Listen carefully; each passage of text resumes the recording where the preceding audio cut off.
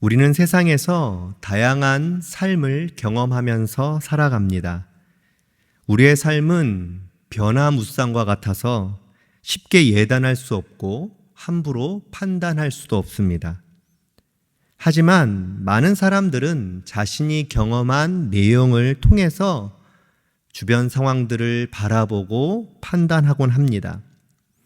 마치 욥이 고난을 당할 때에 그 주변에 있는 새 친구들이 찾아와서 자신들의 경험과 생각으로 훈수를 두는 것과 같은 상황입니다.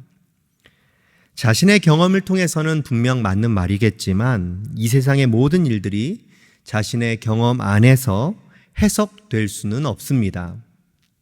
이에 대하여 솔로몬도 분명히 말씀하고 있습니다. 잠언을 보면 솔로몬이 쓴 잠언이 등장합니다. 이때 솔로몬의 잠언을 1집과 2집으로 구분해서 살펴볼 수 있는데요. 2집은 25장부터 나오고요. 오늘 말씀은 1집의 마지막 부분이라고 생각하면 좋겠습니다. 1집을 마치면서 쓴 글이기 때문에 지금까지 써 내려왔던 글을 정리하고 있는 것처럼 보입니다. 오늘 본문도 지혜에 대한 수많은 이야기를 시로 기록을 했고 그것을 정리하면서 마치고 있습니다. 그 정리의 핵심을 한마디로 소개한다면 하나님의 주권을 인정하라입니다. 그것을 부자와 가난한 자의 삶을 통해서 비교하면서 말씀하고 있습니다. 1절과 2절을 보시면 부자와 가난한 자가 나옵니다. 솔로몬이 살던 시대나 지금이나 부자도 있고 가난한 자도 있습니다.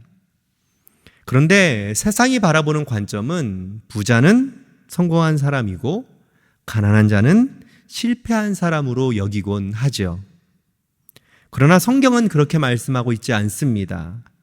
2절의 말씀을 통해서 우리는 분명히 확인할 수 있습니다. 2절 말씀 제가 한번 읽어드리겠습니다. 가난한 자와 부한 자가 함께 살거니와 그 모두를 지으신 이는 여호와시니라. 아멘.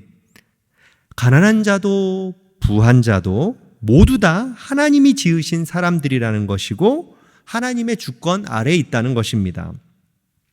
오히려 성경은 부자나 가난한 자의 그 결과보다는 자신에게 주어진 환경 속에서 어떻게 살아가고 있는지에 대해서 말씀하고 있습니다. 9절 말씀을 보시기 바랍니다. 선한 눈을 가진 자는 복을 받으리니 이는 양식을 가난한 자에게 주민이라. 부자가 가난한 사람을 돌보지 않는다면 주님 보시기에 어리석은 사람이라고 말씀하고 있는 것입니다. 부자 자체가 하나님 보시기에 합당한 삶이 아니라 부자가 살아가야 할 바른 삶의 모습이 중요하다는 것입니다. 그것은 바로 가난한 자를 돌보는 것입니다. 이처럼 우리는 부자인가 가난한 자인가 그 삶의 현상에 집중하는 것이 아니라 그것을 통해서 하나님이 이루고자 하시는 그 하나님의 섭리를 바라보아야 합니다. 그것이 바로 모든 것이 하나님의 손 안에 있음을 인정하면서 자신에게 주어진 환경 속에서 어떤 삶을 살아가야 할 것인지 기억하면서 나아가는 것입니다. 하나님의 주권을 인정하는 사람은 당연히 마땅히 행할 길을 알면서 살아가게 되는 것이죠. 우리가 살아가는 모든 삶 속에서 어떤 삶을 살아야 하는지를 아는 삶, 그것이 주님의 주권을 인정하며 살아가는 하나님의 자녀들의 모습입니다. 이에 대한 몇 가지 예시를 오늘 본문을 통해서 들어 설명하고 있습니다. 그 중에서도 우리가 가장 많이 경험하는 부분을 소개하는데 그것은 바로 말에 대한 부분입니다. 사실 말은 우리가 살아가는 데 있어서 없어서는 안 될 매우 중요한 요소입니다. 말은 삶을 살아가는 데 있어서 기본이죠. 하지만 이 기본이 무너지면 많은 문제가 생기게 됩니다.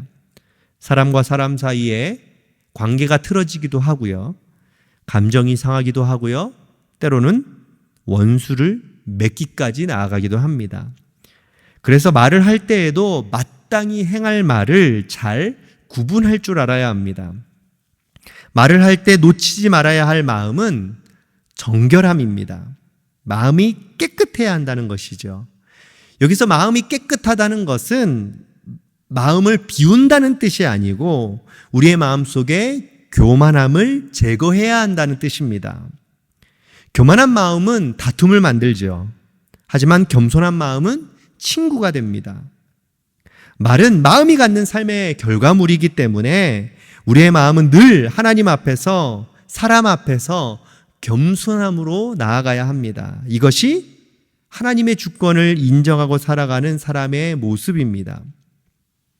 또 다른 예시를 소개하고 있는데요. 그것은 바로 게으름을 경계하라 하는 것입니다. 하나님의 주권을 인정하는 사람은 결코 게으를 수 없습니다. 마치 신랑을 맞으러 나간 10처녀의 비유에서 5처녀가 신랑을 맞을 준비를 하고 있는 것처럼 말이죠. 만약 그 나머지 5처녀처럼 신랑을 제대로 맞이할 준비를 하고 있지 않다면, 다시 말해서 게을러서 기름을 준비하지 않게 된다면 중요한 순간에 신랑을 만날 수 없게 되는 것이죠. 이것을 주님이 비유로 말씀하셨는데 게으름의 무서움이 바로 이러한 것입니다. 평상시에는 별 문제가 없어 보이지만 그것이 습관이 되고 결국은 중요한 순간에 문제가 터지기 마련입니다. 그래서 잠언 기자는 게으름을 경계하라고 말씀하고 있는 것입니다. 다시 말해서 하나님의 주권을 인정하는 사람은 자신의 삶에 최선을 다한다는 것입니다. 무엇이든지 열심히 하고 주님을 위해서라면 충직하게 섬기는 것이죠. 이것이 하나님의 주권을 인정하며 살아가는 사람들의 모습으로 예시로 설명하고 있습니다. 사실 이것뿐만 아니라 우리의 삶의 전반적인 영역 속에서 하나님의 주권을 인정하는 사람의 모습은 세상과 다르게 되죠. 사랑하는 성도 여러분, 우리에게는 언제나 하나님이 함께하고 계십니다. 우리의 모든 삶을 주관하시고 다스리고 계십니다. 그러기에 우리는 염려와 걱정보다는 하나님의 손길을 기억하고 바라보며 소망의 마음을 품고 살아가야 합니다. 하나님의 주권을 인정하는 사람은 그래서 늘 긍정적입니다. 언제나 자신의 삶에 최선을 다합니다. 오늘 우리가 살아가는 하루가 주님 안에서 그러한 삶이 되기를 소망합니다. 하나님께서 오늘도 여러분들을 지켜주시고 붙들어 주실 것을 믿습니다. 이 말씀을 기억하면서 함께 기도의 자리로 나아가겠습니다. 오늘도 하나님의 주권을 인정하면서 내 삶에서 최선을 다하는 삶을 살기로 다짐하며 함께 주님 앞에 기도하며 나아가겠습니다. 함께 기도하겠습니다.